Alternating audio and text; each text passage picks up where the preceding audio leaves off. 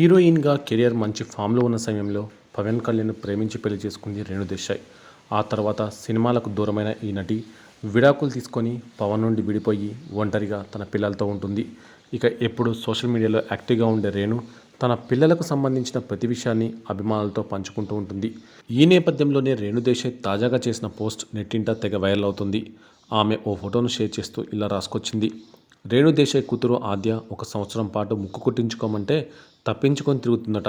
తాజాగా తాను ముక్కు కుట్టించుకుందంటూ ఆ వార్తను తన ఫాలోవర్స్తో పంచుకుంది రేణు దేశాయ్. ప్రస్తుతం దీనికి సంబంధించిన పిక్ సోషల్ మీడియాలో వైరల్ అవుతుంది. ఇక చాలా కాలంగా తెలుగు ప్రేక్షకులకు దగ్గరగా ఉన్న రేణు దేశాయ్ ఈ మధ్య తమ అభిమానులతో ప్రతి విషయాన్ని పంచుకుంటుంది.